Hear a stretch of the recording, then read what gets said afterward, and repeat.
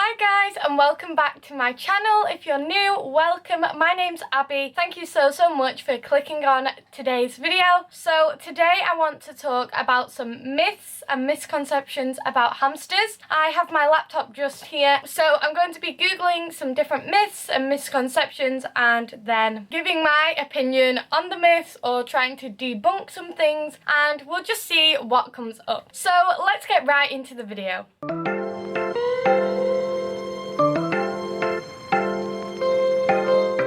I just quickly want to say that this video is in collaboration with a girl called Marissa. She has got some videos on her channel also about hamsters, and she even has a video where she does a DIY bin cage. That is so cool to me because I am not very good at DIYs. So if you'd like to check out her channel, I'll link it down in the description and in the iCards as well. And let's get right into the myths and misconceptions. So the first thing that comes up when I've googled hamster myths is that hamsters need small cages. So if you've watched some of my other videos, then you'll probably already know my opinion on this. In the UK, the recommended minimum cage for a hamster is 80 centimetres by 50 centimetres, which I think is the minimum that a hamster should have. My hamsters are in Alaska cages, and personally I wouldn't be happy with them being in anything smaller.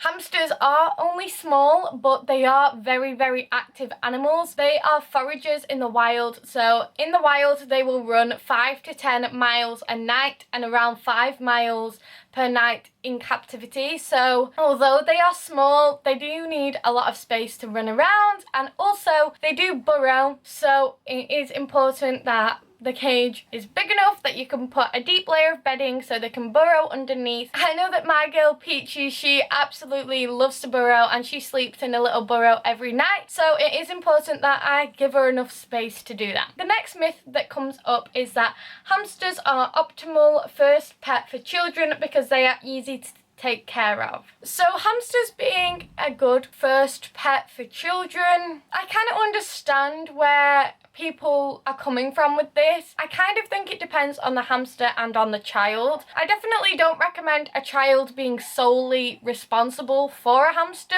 I don't think that getting a hamster is a bad idea if you have children. If you wanted to get a hamster for your child, I would recommend that you do your research about hamster care, and you as an adult being the one responsible for the hamster, making sure that they're cleaned out, making sure they have food and water. Maybe you could give the child the responsibility of feeding the hamster, but you just like overlooking that and making sure that the hamster is properly looked after. I don't see any problem in that personally. I also think that if you are getting a hamster for maybe smaller children, when you get the hamster, I feel like you should be the one to tame them and make sure that they're used to being handled before you then let your children handle them.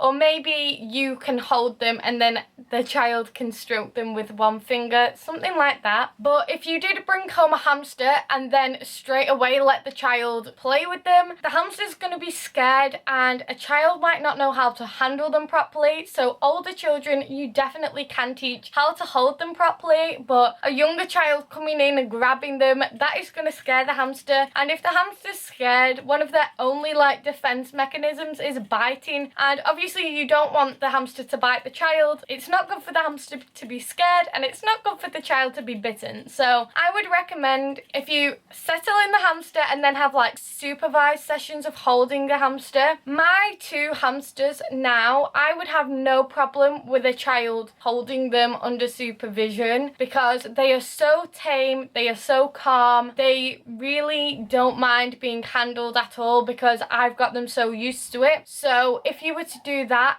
then that might be okay. Just making sure that the child does actually know how to handle them, I think that could be okay. Another reason why hamsters aren't the best for children is maybe because they get up so late. So in the summertime, my hamsters don't get up until 10:30 at night. They pretty much get up whenever it goes dark. So if you have a younger child, they're not going to be able to interact with your hamster because it's 10:30 at night. In the winter, they do get up earlier at maybe 8 o'clock, but even still, especially for younger children, they're not going to be able to see much of the hamster. If the goal of having a hamster is for your children to see them, there's not really much of a point in that if they don't get to see them. Maybe you could look into a different pet, maybe something like a guinea pig, which is awake during the daytime, but hamsters might not be the best for children. Another myth that comes up when you Google myths about hamsters is that hamsters are herbivores. So hamsters aren't herbivores. They can't live solely off seed mix. They do need a lot of protein. In the wild, they will eat some seeds and then some insects as well. So it is important to give them some sources of protein. So personally, I give them mealworms, and I also give them a complete hamster mix, as well as giving them some other treats. And so they are not herbivores, they are actually omnivores. So I've clicked on a website called hamsterhideout.com, and this is a really good website if you are a first-time hamster owner or would like to learn some more about hamsters. They have a lot of helpful information on there, and one of their myths is that Syrian hamsters can live together, and most people should know that this isn't true. Syrian hamsters should never live together because they are solitary animals. In the wild, the only time they ever meet up is to mate, and then that is it. The rest of their lives, they live on their own completely. So never ever house Syrian hamsters together. Another myth is that dwarf hamsters should always be housed together. I personally do not recommend housing dwarf hamsters together because they can become territorial and fight, and because hamsters are nocturnal, if you're sleeping, then you might not see them fighting, you might not be able to break up that fight, and sometimes this can even result in one of the hamsters getting very injured or hurt. So personally, I wouldn't take the risk of housing